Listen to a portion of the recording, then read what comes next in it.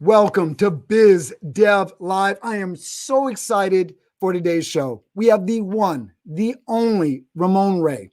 He is a personal branding guru. He is the founder of smarthustle.com. We're going to talk about personal branding, events, books. We're going to talk about social media and all of the things that you need to do to really stand out on social media today. We're going to talk about community building.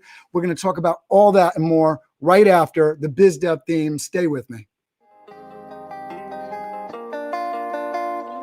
Biz Dev Live, weekdays at 11 Eastern Time. Biz Dev Live, weekdays at 11 Eastern Time. Biz D with C, brought to you by Cameron T. Biz D with C, brought to you by Cameron T. This is business development, not even selling it. This is intelligent. If you watch it, I promise you benefit. Leadership and motivation, empathy and inspiration. Leadership and motivation, empathy and inspiration. Biz Dev Live, weekdays at 11 Eastern Time. Biz Dev Live, weekdays at 11 Eastern Time. Biz D with C, brought to you by Cameron T. Biz D with C, brought to you by Cameron T.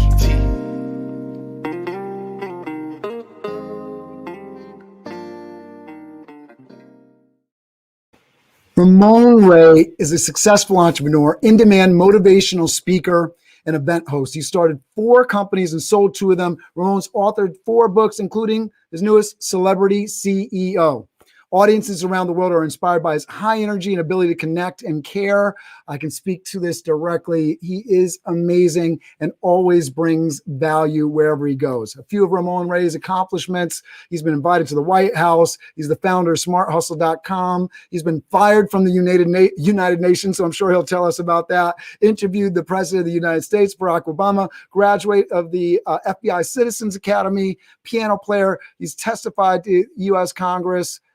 Just an amazing individual that you need to have in your network. Thank you so much for being on the show with us, Mr. Ramon Ray. Cameron, it's great to be here with you, man. It's really, really good. And can I tell people what I called you in our offline comments? Can I tell Matt to have permission to say that, or should I keep it confidential? You do you.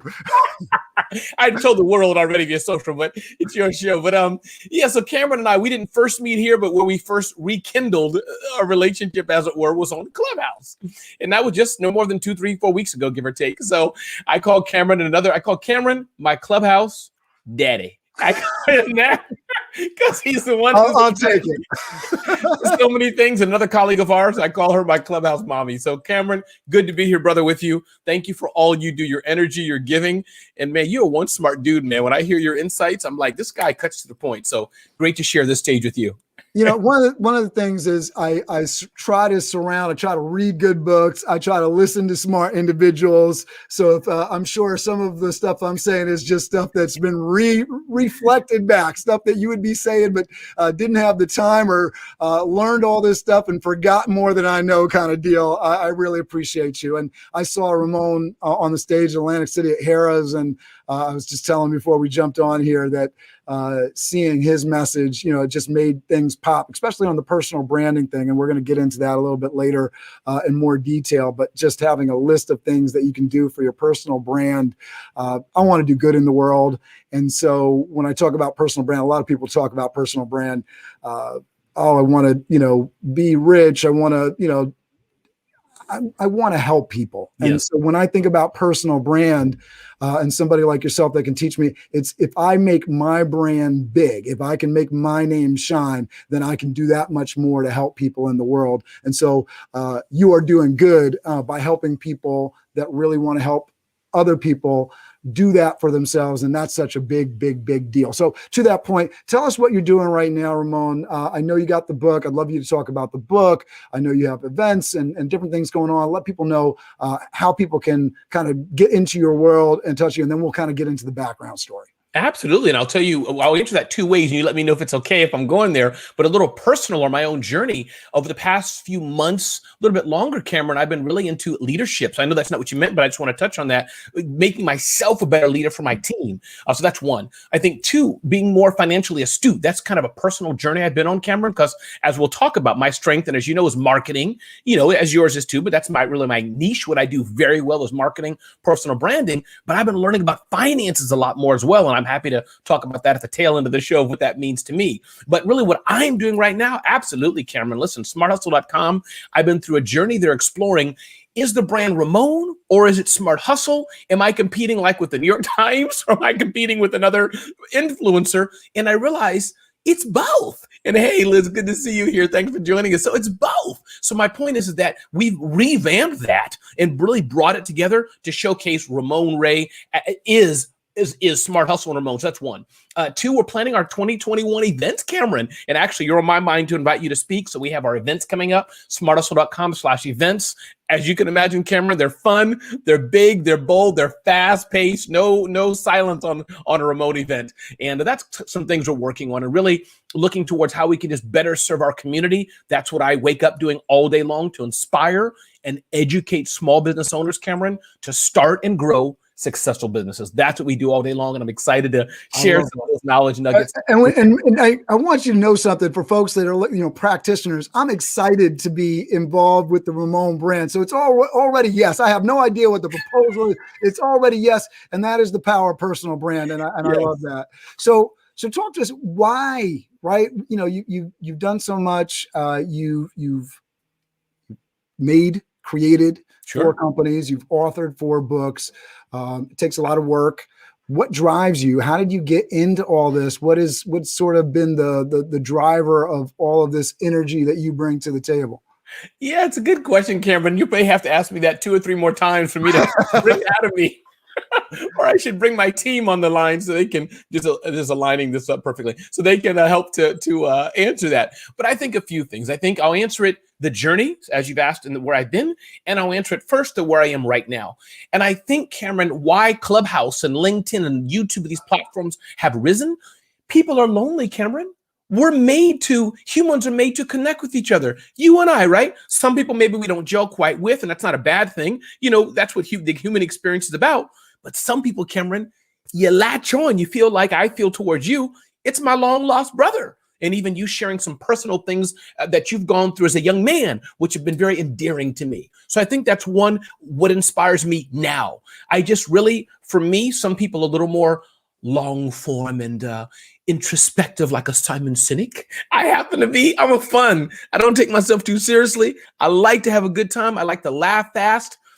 That doesn't mean it's perfect, Cameron, because sometimes you need to slow down and take your time, as my team helps me do. So that's one. But the journey, Cameron, I'll do the short journey, then you let me know where to go from here. And thanks all those who are listening, and I hope these things help you. But I think really, I had a stint, Cameron, where I worked at the United Nations, as you mentioned, for many, many years. And there, Cameron, it was good. I learned quite a bit. But I ended up being fired there, Cameron, because I had my own business. There's rules with the United Nations that you can't have business and things like this. I had permission, but there was a big issue, I'll put it, with some jealous employees. So eventually my contract wasn't renewed and I left there. But that started kind of my full-time journey into entrepreneurship, of learning that, hey, it's different between having a full-time job and a part-time gig, and all in. You are the one that has to bring in income to your family. Before that, Cameron, I think I discovered the power of the internet. I was in the Jacob Javits Center. Some people may know Jacob Javits, our big convention center in New York area. And that's really why I discovered bulletin board systems and modems and things like that. And kind of the rest is history. This is before the UN, where I realized this world of online connectivity, AOL and Prodigy and connecting online. And hey, Robert Pearson, thanks for being here, man. So that was my journey, Cameron, really how it started, that tech geek part of me, and then wanting a job just out of high school, worked at the UN. And I think the last thing I'll leave you with, Cameron, is that the UN, I think, was a great experience because there in the early 90s, give or take, is when I got to experiment in a small office and help them get more technologically adept. When I was there, they were using fax machines. I helped them get ISDN lines, our first computers connected to the internet, networking their computers for the first time. Things like that was where I really cut my teeth on technology. And then from there, Cameron, that's where I became a blogger, as it were. And this is where I'm curious if anybody's used, Cameron, Microsoft Front Page. I don't know. Anybody knows that? I would save my files 3 times a day. send them up via FTP. A few people Right. know that. You know it. And that was my first blog, man. So let me know if that's helpful kind of to unpack a bit where Ramon came from, the tech side, the UN side, and just organically growing. And one thing I'll leave you with, and we can touch on it now or later, is Inc. magazine called me at the time to write Black Enterprise. And I think that gave me the window then into this content world. That was a starting point for that. So you start with the blog, and a lot of folks that, came up 80s, 90s into the tech world. And so you get into, late 90s, early 2000s, the whole blogging thing started to take off. I think my first foray, because I've always considered myself a writer, but I never wrote. That's a really weird thing. And I think more people should write and put your thoughts down on paper. It's one of those things on the personal branding side of things, right? To actually get your message. And I think it's really interesting that that's part of your story, because I know there's a lot of people that would like to clear up and be very intentional with their story and their message, and writing and reading. Those are the entryways, right? Those are the real ways to focus that. So I think it's really interesting. That's a part of your story. Talk to me, because I heard, the kind of early business, but how did we get to 4 books and 4 businesses and all that jazz, right? So you don't believe, Cameron, that I was sipping a cup of coffee and I don't honestly believe that it just happened. I think you worked at it, right? I'm trying to get Cameron to believe it, but he's like, no, Ramon, I can't. Yeah, it doesn't fit. But no, thanks, Cameron. And I'll unpack that. And you guys help me unpack that if I don't quite do that right. But I think a few things. So at the UN, starting with 0, as it were, as far as entrepreneurship. But we had somebody around the corner from us. I never forget him, named Vivian. I won't say his last name, Vivian. And he owned a travel agency. And there is where I started helping him, because he was the travel agent of the UN, meaning small office. I started helping him with his computers, Cameron. And that was that journey of, maybe I can do some extra work and charge him for it. So that kind of was where I learned the aspects of somebody needs help. Somebody has a need. I have a solution. I can help this guy. So that was my first client and the first business I started. Family Computer Consulting Services. Cameron, we had some ugly business cards, ugly imagery, but I did it. I went to, I think it was called a 15-minute press or something, back in the day, got my little business cards done. And that was my first business, Cameron. So that was the technology consulting business, kind of born out of somebody had a need. I had a skill. And I guess like probably many entrepreneurs, I realized, he's going to pay me more for it. So that was my first business. And then that I dissolved. It was a small 1-person shop. I dissolved it. Second company was smallbiztechnology.com. As I shared earlier, Cameron, I had this kind of discovery, this knack of technology and the internet and websites. So this exploration, that was meaning I didn't go into law. I wasn't into finance. I wasn't into medical, wasn't into real estate. It was the tech side and content. So that's where I kind of started my first domain name. I bought it in April 1999, smallbiztechnology.com. And actually, Cameron, 2 years ago, I think to the date, 20 years it would have been, I sold the business. So, and so that was business number 2, a blog where we had thousands and thousands of views and reviews and product reviews. And this content, Cameron, it led the journey to me being invited to speaking, me being invited to work with large brands. This was a revenue stream while even I was at the UN. Smallbiztechnology.com was 2. Business number 3, then you had the Small Business Summit. I aligned with another woman.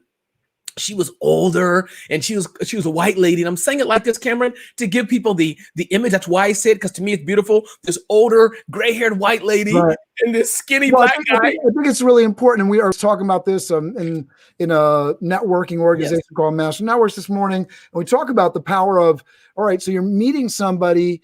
Can you collaborate with them? Can you share a booth at a trade show? Can you, do stuff? Because sometimes we just look at people and we say, well, they don't really fit into my thing, whatever my thing happens to be, or whatever my lane is. And so having that ability to see some other people and say, oh, I might not be exactly in that lane, but I might want to expose myself to that lane. It's a big, powerful, thinking big, think and grow rich kind of outlook on the world, right?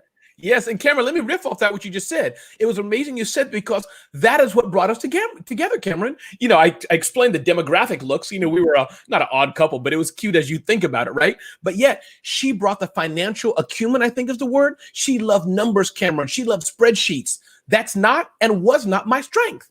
I was the marketer. So where I was saying, Marion, I'm going to take my credit card, Roosevelt Hotel, New York City, 41st or so Street, near Grand Central. I was all forward. She was the one slowing down in a good way. And so we had a great relationship, Cameron, for years. And thank you for underlying that lesson learned from that partnership. So that was business number 3, the Small Business Summit. And I sold that a few years from then to another company that did events. And so we come to today where you have the Smart Hustle company, which I started about 5 years ago, because Cameron, I wanted to really change and morph. I was just tired of being the tech guy, the small business tech guy. You know, like I didn't want to be the CNET of small business anymore. Like, ooh, this monitor's now 21 inches from 20 inches, cover that. It got boring. And so this was I was already writing about entrepreneurship on smallbiztechnology.com. And I said, you know what, I can do that a bit more with a new venture, and hence launched Smart Hustle. And here we are today. So that was the journey. If it's helpful, Cameron, these different steps and paths along the way. And then Cameron, just like we've all discovered Clubhouse. And you got to explain Smart Hustle, right? Okay. So because this is a big deal, right? And I wasn't fully in the know, so I'm going to listen along here for folks, but you got this website, Smart Hustle. What does Smart Hustle do, and why? What was the inspiration behind it?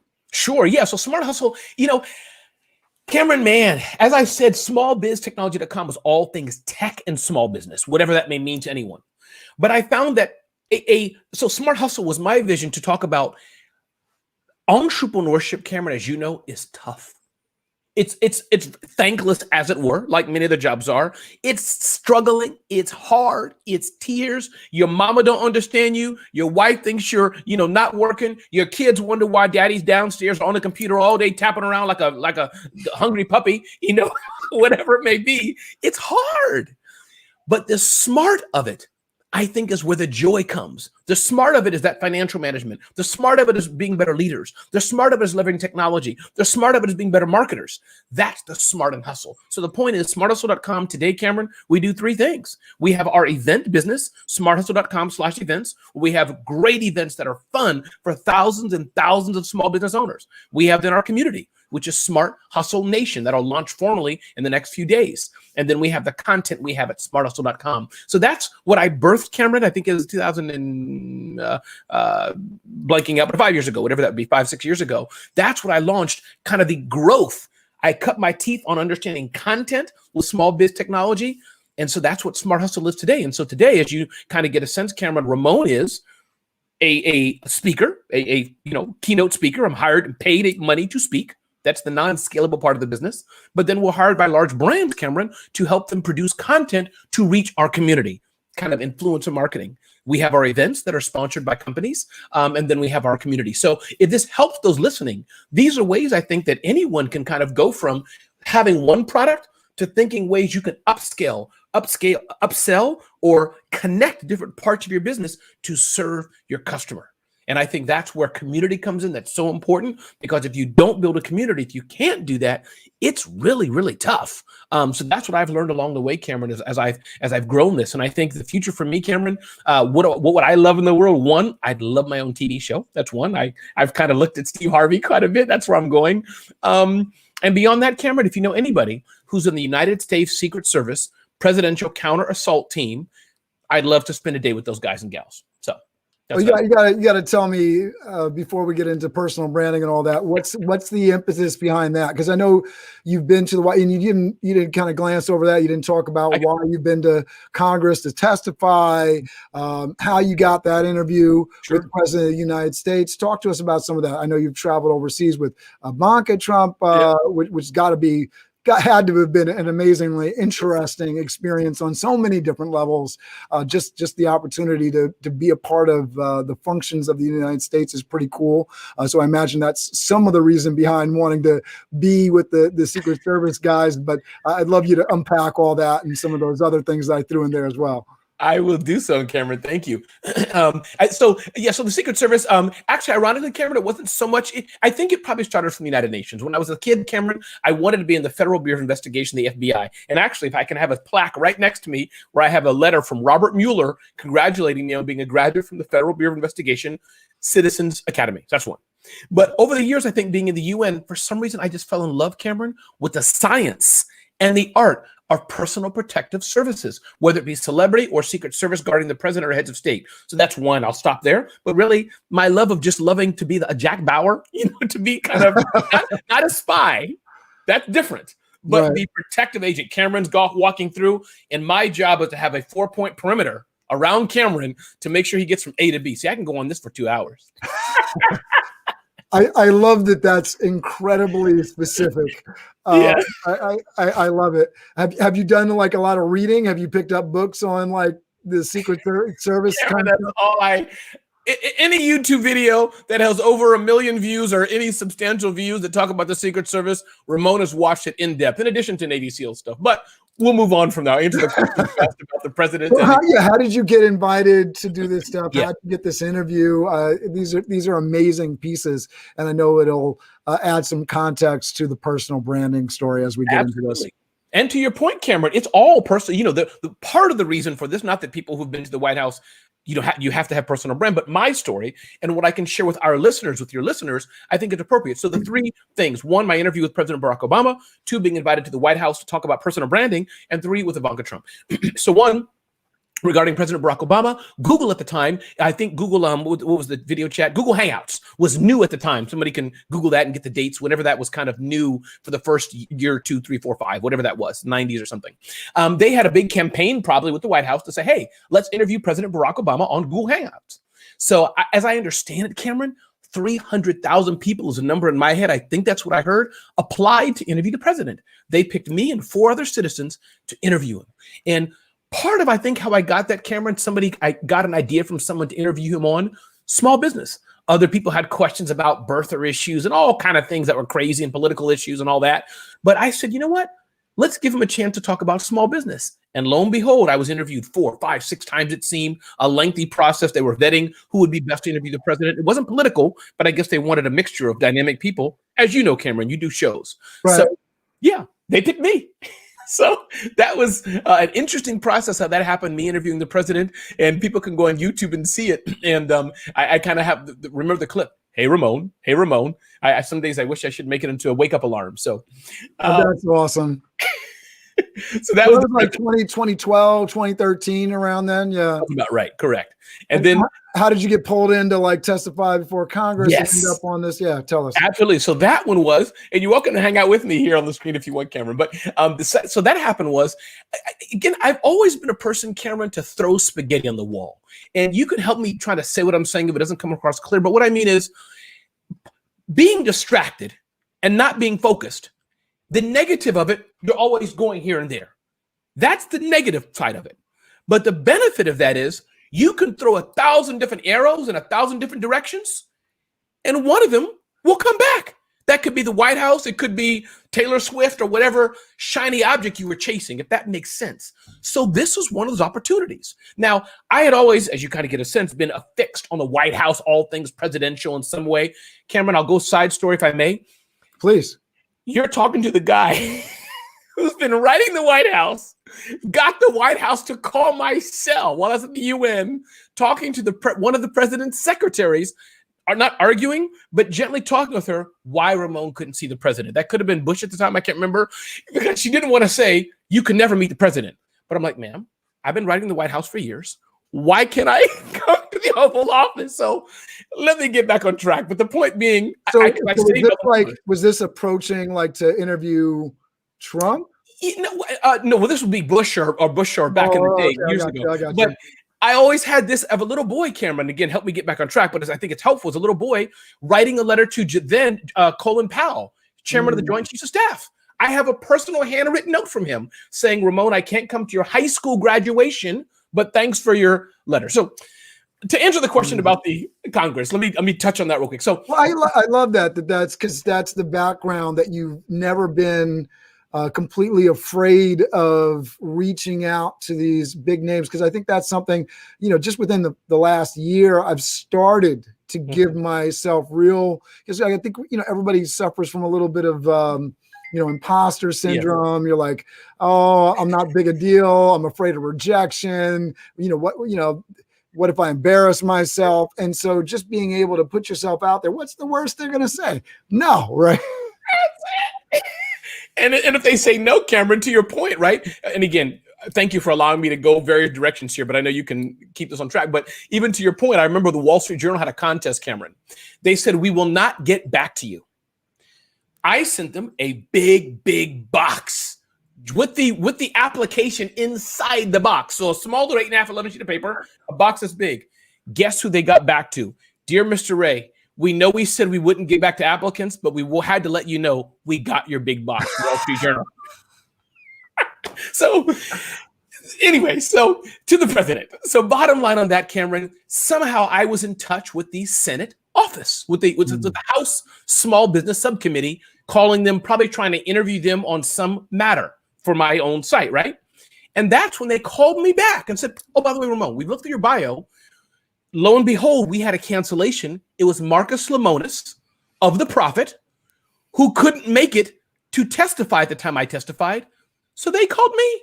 I took a train down, and here I am on stage with Melinda Emerson, small biz lady, even another friend of mine, JJ Ramberg, who was the host of MSNBC at the time, and it was great. So that's the short story, Cameron. If it's helpful as a lesson for others, you just have to keep at it. As Cameron said, you're going to get no, but you can't get a no all your life, or you're doing something wrong. If you're doing something right, 10 of the, out of 100 asks, one person at least, Cameron, is going to say yes to Cameron. That'll be his ticket. You can't be in the right place at the right time if you're not there. Boom. Right. Right. Yeah. Ooh. Or what, Wayne Gretzky, right? Whoever. I just saw skate where the puck will be. Yeah. Absolutely. Well, right. And you only miss all the opportunities you don't take. Yeah.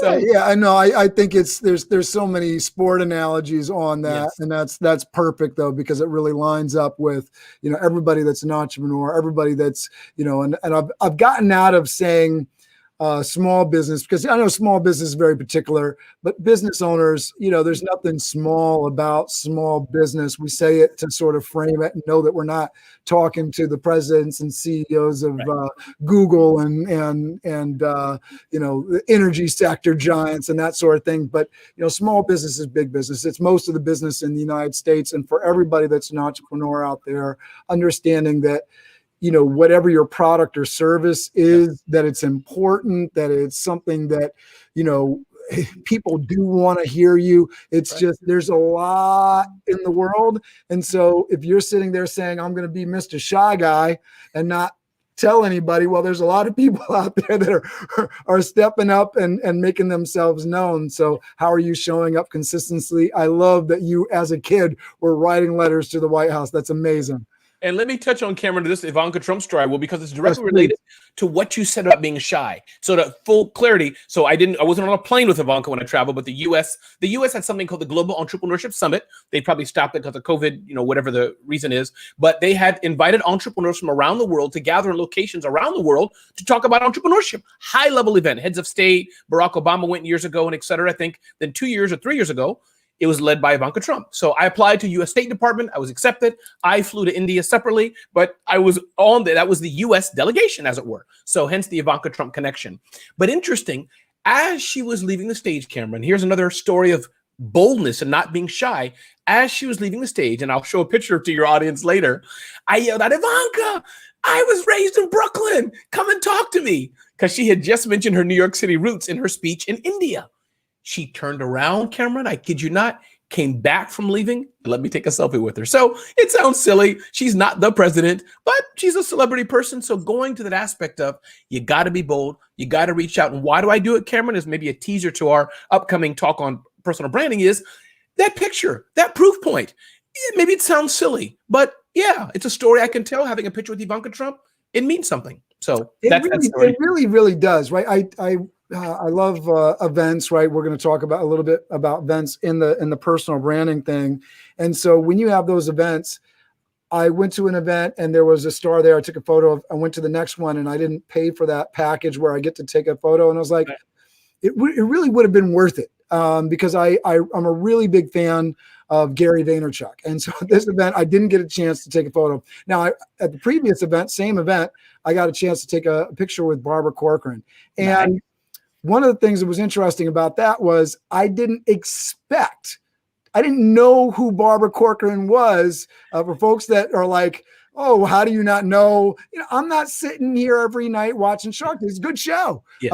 But, and I've probably seen it, multiple times before I saw her. I just didn't, write down the names and, track everything. I'm lucky I know who Damon John is, and I know I can't even say the owner Mr. Wonderful. Yes. So now I know a little bit more because I paid attention to it, because I was there to see a hospitality, because I'm in the hospitality business. I have a staffing company that serves caterers and cafeterias and all that in New York City and Westchester. And I was there really for somebody else, for Colin Cowie. And Barbara Corcoran gets on the stage, and she is a marketing wonderkind. Yes. Really interesting in her personal story, how she kind of, got Trump's number, was able to sell to him, and, just amazing story. Grew up in a house full of kids. For folks that are watching Shark Tank, you might not have ever seen this story. You got to pick up her book. It's amazing, but she rocked it.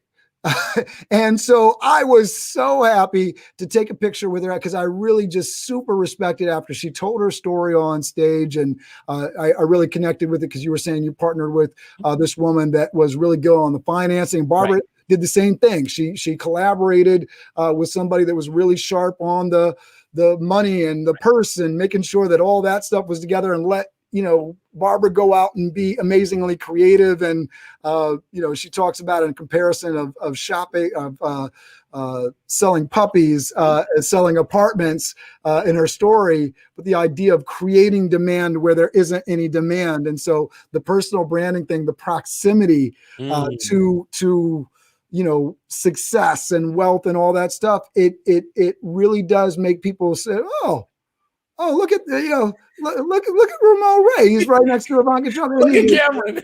But if you don't tell anybody, if you don't share it with anybody, because it really happened, you were there, you were, and so that personal branding story, learning how to get those, because every company now has to be a media company. And if you're not on that page, which I think is the first, perfect segue into this conversation. So talk to us about personal branding, Ramon. And Cameron, can I just underline, go back to what you said about Barbara? I think it's important to note as well, which is interesting. To your point, Cameron, none of the sharks were anybody, I think, except for Mark Cuban. I think we all knew him, the billionaire, the tech billionaire. But think Damon John, FUBU's nice, a good brand, but not many people know FUBU unless you're wearing it. Robert Herjavec, Cameron, trust me, nobody knew Robert Herjavec's name until Shark Tank. Barbara Corcoran, vaguely remember her name. She had her book. And same with Lori Grenier. Come on, who knew? So just to your point, what I guess another lesson learned, as we share a lot of lessons, is that this is why we small businesses, we can partner together, as me and Cameron are doing today. He's going to be on my stuff, I'm on his stuff. We partner together and can rise together. So I think if that's helpful, that's kind of how I see some of this as well, as partnering together, working together. Yeah, I think, one of the main things for people right now is like, start a podcast. You might not get any viewers, but the fact that you can invite somebody and learn from them, it's university every day for me. I mean, I've been blessed with growth, and we're adding subscribers, but I'm no million subscriber plus. Yeah, exactly. But it's amazing. We're able to provide value. We're able to collaborate with people, have conversations that you would never have just in the regular scheme of things. And then, maybe some things bubble up and happen because of it. It's really something that, for the personal branding perspective, writing the book, right? I want you to talk about this, because you put out this list when you were on stage. I was just like, this guy's got it figured out. Yeah. So here's a few things, and I'll say it in brief, and then you help me unpack it if you don't mind. So I think the starting of personal branding, Cameron, as I see it, the power of it, one, is the power of building community. I think this is everything. This doesn't mean, Cameron, as you know so well, this doesn't mean that direct sales don't work.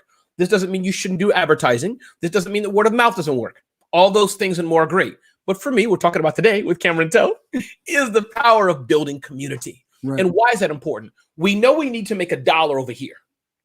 So all the things I've said, you can make $1 that way. But if you build community and build a fan base over here, you can nurture them to buy from you. So that's the essence of this aspect of being celebrity CEO. As I talk about my book, building your personal brand, is to be the celebrity CEO in your industry. And the second principle of that, and then I'll go into these key points if you like, is the aspect of asking for a smile before a sale. For me and Cameron, it's much easier for me to go like this. Cameron can't help but smile back, and those listening. But if I say, Cameron, let's do it again. See? He can't help it. But if I say, Cameron, can I have $1? Can you buy this? Cameron, can you buy these scissors? Right, exactly. He's like, well, maybe. Can I check them out? But if I just say, hey, these are cool scissors. Oh, great. Now I can warm him and nurture him in eventually when he knows, like, and trust me, John Jantz, right? Duct tape marketing, to buy them. So I can go to the points, Cameron, but let me pause there to give you space. Is that's the essence, the pillar, build community or build fan base. Seth Godin talked about this a lot. Instead of asking for a sale, ask for a smile. And then people will slowly get to know, like, and trust you. Then you've earned the right to make a sale. So that's the essence of that first point. Yeah, I'll just chime in here to say, because I know some people like, what do you mean ask for a smile? Are you providing value, right? So I'm of the Gary Vaynerchuk school, jab, jab, jab, jab. Right. And then you come with the ask, the right, the request, will you follow me? But don't go immediately to, I have the amazing thing that you need. You don't know me. Get to know me. So, it's getting that value in, creating this. I love that you say smile, because it's making people feel good about what you do. And that's one of the great ways, the psychology of coming into a room for a business deal, right? Yes. And I'm sort of set this up and you can finish it off here. But as I come into a room, if I come in with a frown, you automatically think, oh, this guy doesn't like me. And immediately your opinion of me is like, oh, I don't like this guy because he doesn't like me. But if I come into the room with a smile, you're thinking, yeah. Thinking positivity, thinking upliftment, thinking inspiration, thinking I want to be with this guy. So absolutely. So you're good. So thank you for letting me set that part up, Cameron. And to get to some of these key points of personal branding, these pillars, why they're so important, we can talk about each one or however you like. But I think that now that we know about building community, so I'm a firm believer that one of the most important things for me that's important is leveraging the power of social media. And I'll mention the points, maybe then we can go backwards and touch on them. But leveraging the power of social media, whatever that means to you. Common questions people ask: which platform should I be on? How much should I post? Things like that. We'll get to that maybe in a minute. But social media, it's not a free tool per se. Your time is important, but leveraging the power of social media to get attention and to build your community, and so you can slowly nurture people towards what you're doing. So that's one. Two, the aspect of definitely building your email list. I'm a firm believer, Cameron, in email list. My email list is still one of the most powerful things I have to connect with my community and or the brands I work with. So that's two, building your email list. Three, definitely, as you know, Cameron, you do so well, I'm a firm believer in the power of events. Events are so important for small business to do. An event can mean whatever it means to you, whether that's an in-person event, whether it's an online event, whether that's a regular show like this, event in the greater sense where you're bringing people together. Once you do an event, especially when we did it in person, Cameron, it makes you the top dog. This is the Cameron show, not in an arrogant way, but for branding, Cameron's got the light on. I don't have to wait for somebody to anoint me. So events is important. I think that's 3 or 4. 4, I think. 5 is books. I'm a firm believer that a book is something amazing that every business owner should try to do. And if you're not doing a book, a long form guide, something, a book, Cameron, right? It's important. I have a book here. It's not mine. It's my book here about 31 prayers for my daughter. So whatever it is, your book is an important tool. It's a calling card. It's a credibility asset. It's an authenticity asset. It's a tool that you can show and say, hey, here's about me. So those are a few things, Cameron. Oh, and media and publicity. I'm forgetting about that as well. I'm saying these are in my heart. So I'm just talking, what's inside me. So media and publicity. So all those things are great. But Cameron, whether I'm on the Cameron show, right? Biz Dev Live, this, or CNBC, CNN, Fox News, whatever it is, getting that publicity to have a third party, have someone else validate you. That's an important step in this personal branding process as well. I love it. And just to provide maximum value, because I know a book, I mean, it's difficult for me. I've known it for a while now. You've said it to me before, but it can feel like it's a very hefty thing. So what's your advice? You're an author. You've authored 4 books. What's your advice for people that are just, that need to get it done, that know that it's important to do, but are challenged to actually get it done? Yeah. Here's my advice on putting a book together, and I think you can do it in 4 key parts. I think we'll see where this goes. I think 1, let's say I was advising Cameron. Cameron, what is it you want to talk about or that you know well? Think of that. That's 1. Point number 2, and this is very tactical. We can break it down more, Cameron, if you want. Point number 2, just put an outline together. That, Cameron, I think that next level, any professional should be able to do that. If you can't do that, maybe you shouldn't write a book. But a simple outline, what are the key things you want to talk about in subpoints? That should be a pretty relatively simple exercise. Doesn't have to be long. Start small, but an outline of it, generally where's it going? That's 2. 3, can you then pace yourself and put a few words to each point? Not a lot, a few words to each point. 3. Number 4, Cameron, now, this is the harder part. Now you can start to write all 30,000, 60,000 words or work with someone who can interview you and bring it out of you, and or a ghostwriter who can work with you still and kind of do the whole thing on your behalf. So that step 4 is really getting the meat of that book together, whether it's the interviews and things like that. Step 5, getting it published, Cameron, there's 2 or 3 basic routes. A publisher, a formal New York City publisher can publish it for you. That's 1. Or 2, you can do it yourself, fully do it yourself. Adobe, PDF, send it to Amazon, get it published, printed. There's all the publishing industry is massive, as you know, Cameron. So you can get help on Upwork, or Cameron or me can help you and get that published. And 3, hybrid model. There's many independent publishers that you can pay that they will help you publish your book. They'll even give you an editor. They'll do the cover design. A few weeks later, voila, it's listed on Amazon. So that's Ramon's 5-step kind of guide to publishing a book. But I'd be curious, Cameron, did I miss anything, or what have you seen? No, I think that's really helpful. And I think maybe one of the things, I'm sure maybe it probably all exists already, but having a list of those independent publishers to provide value to people. I don't know if that's been a Smart Hustle guide or article already. If it isn't, it's a good idea for one, right? But we can provide value that way. I love that. I'm going to write it down. I'm going to write that idea down. We'll do it together. Yeah, I think that's amazing, because I think that, a lot of people are intimidated by self-publishing, and then they're trying to figure out, well, I'm just worried about writing the book. I'm not worried about, I know that there's a way to get it out there. I just got to get it out of me first, and then we can share it with the world however we need to, self-publishing or whatever, right?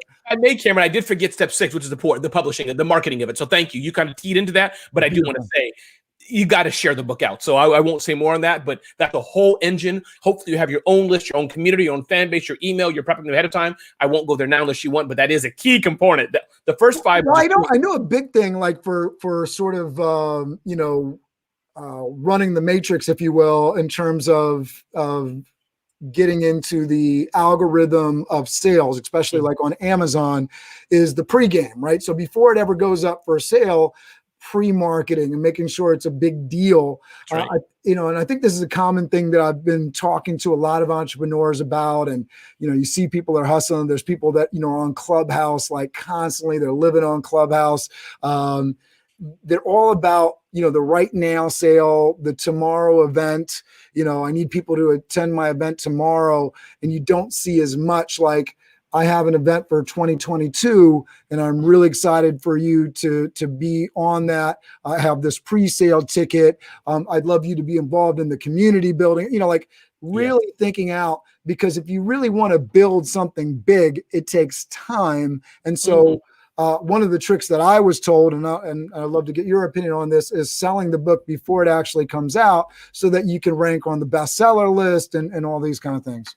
No, Cameron, you're right. And I think you're right. And so many times, I think since we do it so fast and quick, we don't get the desired results we want. But you're on point 100%.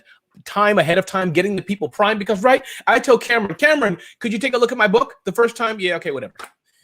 Cameron, you take a look at my book second time. Oh, yeah. Oh, Ramon has a book. I got to tell Cameron 7 or 8 or 10 times before he's like, oh, that's right.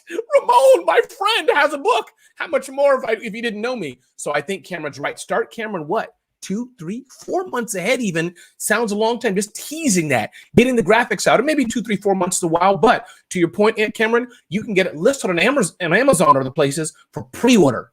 And then the day it is, it's done. So that pre-order, yes, so important.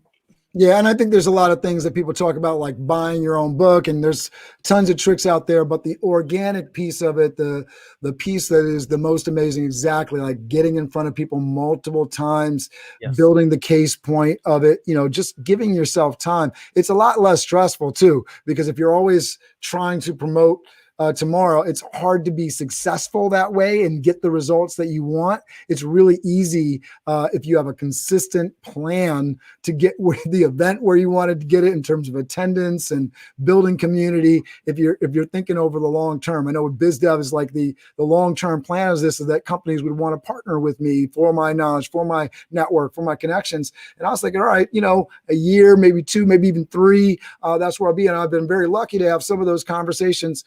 And they weren't great conversations, right? The product wasn't ready. And I'm not disappointed about it. I'm excited about it because it was like, if anything, that was early. I didn't expect that conversation that early, right? Because I have this long-term plan. So it's like setting yourself up for success mentally, because a lot of this can be daunting, especially as we're going into this next topic. So whether you're selling a book or yourself, the event, the product, the service, social media. How do we dominate social media, Ramon Ray? One, Cameron, you can't dominate social media. I'm so sorry, Cameron. You just can't do it. You can't. Cameron's like, I'm done. Interview over. Goodbye. However, since you mentioned Gary Vee, which I'm a fan of his methodologies as well, I have Jab somewhere behind me over there. Yeah, I got Crush It over there on the shelf. Yeah. So here's the deal, and I do this well, and Cameron, I know you're in the same pool, but here's the thing to leverage the power of social media. I think one is, so I'll say 4 key things that I say, which may simplify, then we can talk about each one. I do think, besides the strategy, why you're doing it, making sure you're to the right audience. One, there is some level, Cameron, of frequency that has to be done. I think you have to be on LinkedIn, for example. Are you going to post 2 or 3 times a week? Twitter, Cameron, as you know, I post maybe 8 to 10 times a day. So yeah, Cameron's like, whoa. So the funny thing is, I'm not aware, right? Because I'm not on Twitter like that. Yeah. And I think a lot of people are like, well, what's the point of, because Ramon Ray has community on Twitter. His people are on Twitter. So it's not Ramon Ray saying, okay, everybody in the world, you need to go post 8, 10 times a day on Twitter. It's Ramon Ray's tribe is on Twitter. It pays off for him to do 8 to 10 posts. And it could just be payment to your soul. You just might enjoy it. And I think that's the way to lead. But talking about the consistency of showing up on these platforms, and also because you're talking about, 8 to 10 posts, how do you actually manage that, right? How do you actually build that into your schedule and figure that out? And let me, Cameron, before I go to the 8 posts, let me provide context and use you as an example, Cameron. Just provide context, because I wanted to just provide the context. Yeah. On Twitter, I do 8 to 10 posts. But Cameron, what you're doing on LinkedIn or YouTube, you can feed back to us, is also the same thing as what I meant. Cameron has a regular show. I think you said you committed daily content. So all I just want to, let me finish that point, because you're right. I don't want people to think I'm saying just Twitter. You're talking to a guy who's what do you call the person who's not a Republican, not a Democrat, that other thing, libertarian. I'm a libertarian. Oh, yes, my goodness. I'm a libertarian of social media, meaning I'm not saying today what platform to use. I'm saying whichever one you are, be some level of consistency on it. Twitter happens to be made for post a lot. LinkedIn or YouTube are not like that. But so follow Cameron's journey, a consistent show he's doing with X cadence. So I just wanted to so frequency is one. That's one. Thank you for shouting me out. I appreciate that. You're welcome. Because I think a lot of people get overwhelmed, like, oh, I got to show up, 3 times daily. I got to show up. I think, a lot of people look at me.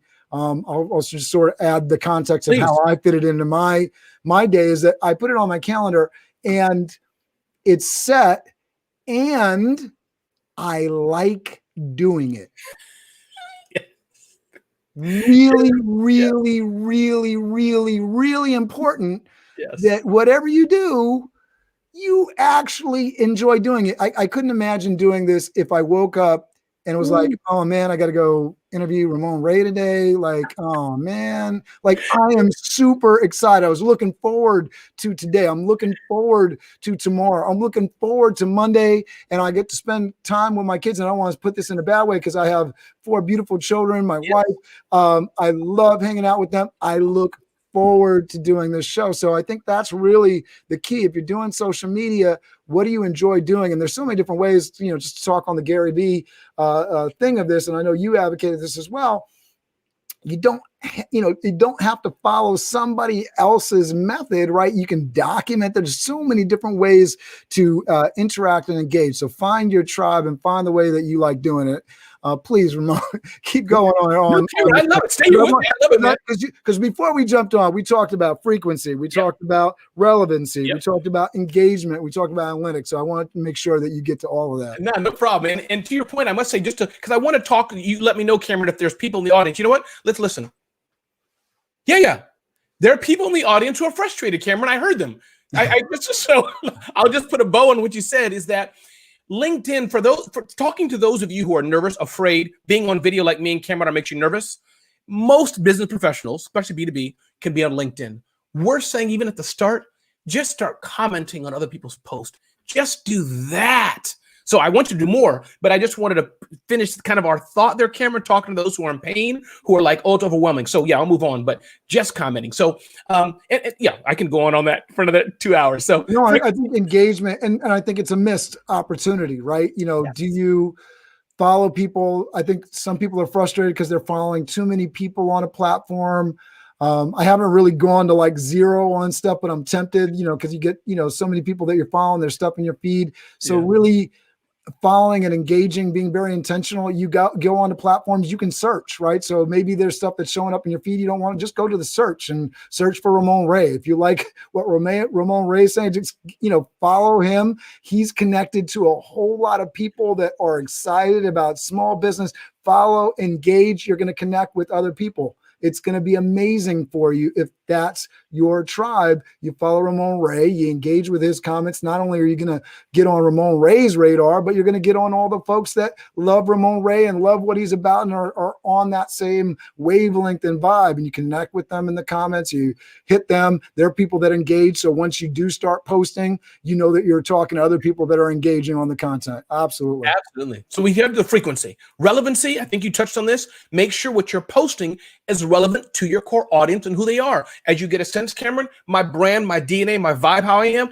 it's fun, lighthearted, fast. It's not for everybody, and that's okay. But that's the people I talk about. My burnt pancakes, I can go on. That's me. It's 80%. It's serious. It's helping, but it's all wrapped around fun. But I do throw in some lighthearted. I showed a shaving video yesterday. That's me. So that's two. Be relevant to who you're reaching. If I was talking to people who are cancer patients or childhood abuse victims, I'd have a different vibe. I'd have to. I wouldn't be rah, rah, rah. But this is me for what I do. That's two. Three is the engagement. We touched on that, but you have to have some engagement to it. Even what we're seeing here, Cameron, you have some nice pictures and imagery. You have your brand. You're kind of known, I think, Cameron, for what I've seen. You have your tights, I think, pink, and that's Cameron, how his vibe. So whether your post should be engaging, your post should add life. The key is, can you stop the scroll? Everybody scrolling. What you do, are you able to get, oh, let me check that out. So that doesn't mean it has to be goofy. No, but somehow, even Cameron, the words can be right. When I posted something actually just on Facebook just now, Cameron, I cry very easily. I feel myself tearing up. Is about finances and just growing up and not knowing certain things in life. I don't mind crying, by the way. I just don't feel like it right now. But point is, Cameron, I put there financial ignorance or financial poverty, something like that, about my journey to understand money better. So what I'm trying to get to, Cameron, if you understand what I'm saying. And I feel you, because it's one of my weak spots, the money mentality, the not growing up saving. I'm trying to teach my daughter save 50% of the income, and the three younger brothers that she has with me that she's passing that down to them. She's my 14-year-old, my 12-year-old, 9-year-old, 3-year. Yeah, I get that. So, and the point I'm making on that, Bill, the finance bill, was the engagement part. Even at the post I wrote, financial poverty, what you need to know, something like that. That's even engaging. So it's a small thing. I know time is short, but whether it's a picture, whether yourself, but even as you write it, it can be. So frequency, relevance, engagement, and then analytics. Analytics is just the aspect of measuring what you're doing. Which post resonated more? What didn't resonate more? Ooh, I'm a financial planner. I noticed when I talked about mortgages, everybody resounded on that. Maybe you have young people. So it's just where I'm trying to share with you, understand who you're talking to. So I hope that was helpful, Cameron. Yeah, talk to us because I think analytics is so important, but it is a little bit of a heady space. Yes. So I know, like for me, I'm not a big Google Analytics guy. Like I know that it exists and I've been in it before, but like the graphs, the charts, I'm doing YouTube, so I get some of that from the back end there. Certainly can see when people are subscribing, but it's all very analytical and very heavy. So what I've started to do is just monitoring. All right, these are my social media accounts. These are the numbers. Now, I don't really care about the numbers as much as I care about the engagement. And I'm not tracking the engagement per se on an individual video, but I know what's kind of happening there on the engagement side, and so I'm tracking the numbers. So what do you recommend people so I can see when there's a bump and follow, just to sort of keep it all? Because at the end of the day, YouTube only monetizes once you get 1,000 subscribers and 4,000 watch hours. So the numbers always matter. Going back to the finance thing and trying to have a healthy mindset around money, the numbers do matter. So how do you kind of focus people on the analytics piece of this? Yeah, I'll take one simple example because every platform, Cameron, has different types of analytics and what you can and cannot see. But on LinkedIn, imagine going on LinkedIn into your post. And actually, there's something on LinkedIn which shows it better. I don't have it at the top of my head. But imagine going LinkedIn to post and just looking back at the past month, past 6 months, and observing which one of the posts you made had the most comments. That's a simple way to do engagement. You may find, oh, we did 3 posts on diversity. The other posts we did or on empowerment, whatever it may be. Maybe that gives you a poor man's way to understand our audience loves posts on diversity. Maybe you look at your Instagram. Wow, the videos we do, we getting a lot of likes on this. But the other ones are not. I did a post 2 days ago, Cameron. Love seeing that up there. You're right. On Instagram where I'm in the snow. Clearly, people like seeing personal shots of Ramon. So that's kind of the way I'd see that. So everybody has this on their LinkedIn. So just to provide the context here. So I can't see this because this is his LinkedIn. It's not mine. But if you're on your own LinkedIn, you go down to the bottom of your post and you can see how many people reacted, how many people engaged. So I'm sure if we go down here, we can see some of these posts that, have some engagement on it. You can see it and track it.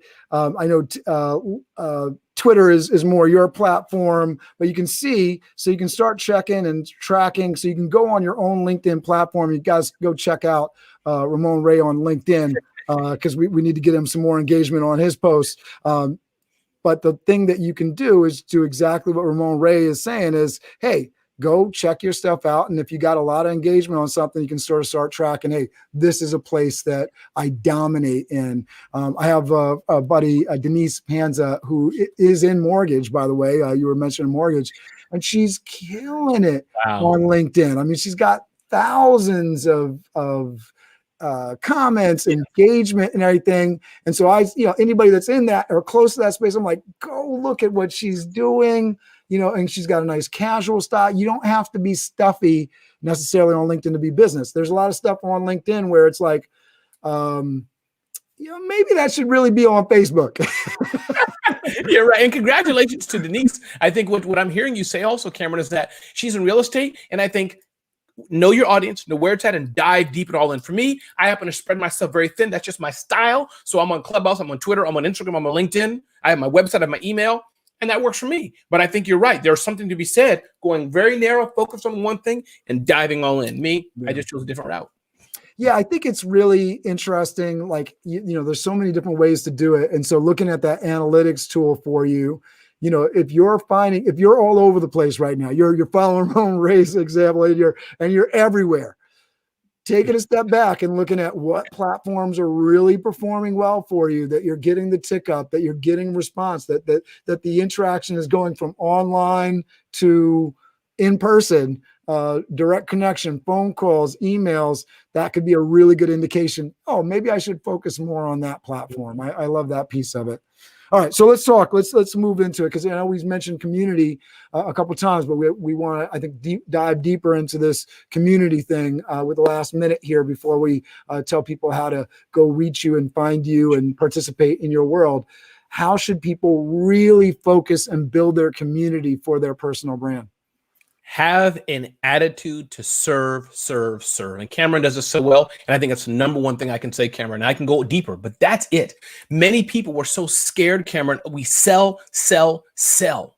But the more you just say, not that you don't want to make money, but you start with, let me serve and help. But don't try to do it too altruistically, Cameron. No, it's not about me. I just want to serve and help you. That smells insincere. People, come on. You're a businessman, business lady. Come on. But the aspect of, before I say, as you said, Cameron, can I give you this chapstick? Can I give you the chapstick?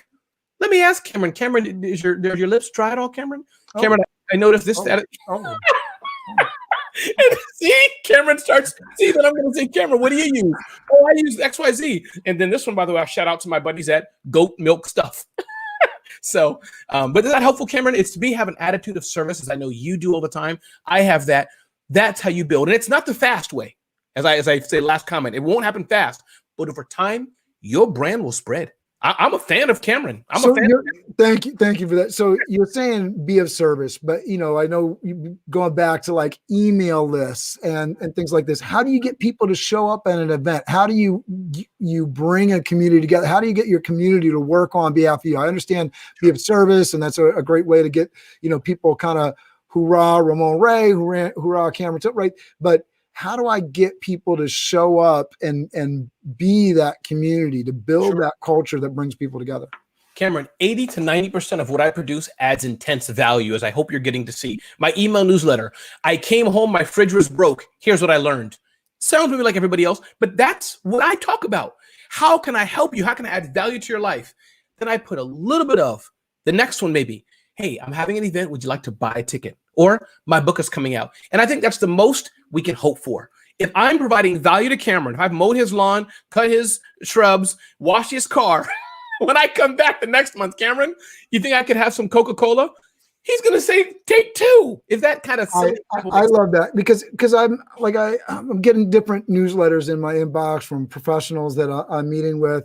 And I have one professional in mind. I know she likes to serve. I know she has a great service. Each of the newsletters is like, you need this because. And I'm like, I don't know that that's true, one. And I don't know that this is actually bringing value to me. I don't know if I want to continue reading this because you're just saying the same thing in different ways of saying how much I need this product. For folks that are taking that approach, how would you sort of because maybe they don't want to talk about the refrigerator, right? Maybe they don't want to talk about, what they learned in talking to Con Ed or how they figured out how to better shovel their snow today. How do you suggest that folks that, want to kind of keep framed on their business, how do you suggest to them that they provide value so it's not like, you need this, you need this, you need this? So then the second option, if you don't want to do the personal kind of route, which is more my style, because that's my brand, is to really hone in very much on just providing let's take your friend, the mortgage person. Assume people who signed up on your list want to buy a home or want to refinance a home or anything like that. Dave Ramsey model, other things like this. Everything you do then should be how you can refinance your mortgage. 2 things I did to get a better mortgage rate. How I almost lost my home. I don't know if that's helpful, Cameron, but if everything... Wait. Ramon, they have to call me for that. I don't want to give all that information away. I love it, Cameron. I love it. Woo, cool. So here's the deal. Bottom line. The people who are not going to call you are never going to call you for it. Those who want to call you, Cameron, if you're feeding that intense information, then put in there, if I can help you better, call me. Click here to schedule an appointment. Trust me, Cameron, there's 1,000 billion gazillion videos on how to change your car tire, how to change your brakes on your car. There's a few dudes and gals who will change the brakes on their car. One of them is not here. Trust me on that. I'll read the video. I'll look at the oil change information, but I'm not doing it myself. I want to pay for it. Ramon, I just got an email from this security company, and they talk about how to do security better. I know you like that. I'm going to send that to you. Great. Yes. Oh, kind of security. Send it along. Thank you, sir. Maybe I'll. Right. And so, yeah, if you provide the value, just add it to that point, then it becomes a shareable piece of content. I don't want to share you telling me I need this service. I feel like that's going to turn people away. But if you're providing value to me, I'm going to want to share it to you, and it automatically expands that message, right? Ramon, this has been amazing. I love the back and forth. You are amazing at that and such a gracious guest. I thank you very much. Tell folks, please, all of the different places, and for everybody watching this, if you've loved Ramon Ray, make sure you share this, and make sure you go down below into the comment, not the comment section, but the description area. You can actually connect with Ramon Ray on LinkedIn. His personal website is there, so you can go find him everywhere else. That being said, for folks that are more audio inclined, please let them know where they can find you and who you're trying to connect with. Sure, Cameron, absolutely. I mean, listen, very simple. One place to go, smarthustle.com, smarthustle.com. There you can get actually the top 10 slides that I give all around the world and more information if you sign up for that. Two, those who are interested in the book, Celebrity CEO, it's only, what, $16, $12 something. You can get Celebrity CEO, the book, and really dive more into the insights that I shared at Cameron. But Cameron, thank you for having me part of this. It's been great to be here. You're an amazing leader, connector, always giving. And as I said, my clubhouse daddy. So I'm glad to be here and share the stage with you, Cameron. You're a really cool dude, man. I appreciate you so much. I'm posting the smarthustle.com into the comment section here, which we're live on Periscope, which goes to Twitter. So hopefully we got some of your fan base that'll be tuning in as well. We look forward to your comments, your questions every Wednesday on Clubhouse with Mr. Ramon Ray, providing immense value. So if you're early adopter like we are and getting in there early and taking advantage of the land grab and all the value that's available to offer, hopefully you're intentional and strategic with it. Come and join us on Wednesdays. You'll get some amazing value. We want you to step up on stage, talk to us about what your why and what your need is, and we will serve you. I'm so happy that you tuned in today. I'm so happy that we got to do this. Ramon, again, tell people exactly who are you looking to be connected with? Sure. Listen, the bread and butter of what we do is working with very, very large companies that want to reach small businesses. So that's one. But honestly speaking, Cameron, if you're starting your business, growing your business, we would love to have you join the Smart Hustle community and just check out smarthustle.com and sign up. We'd be honored to inspire and educate you. That's what we do. Love it. Thank you so much. See you, everybody.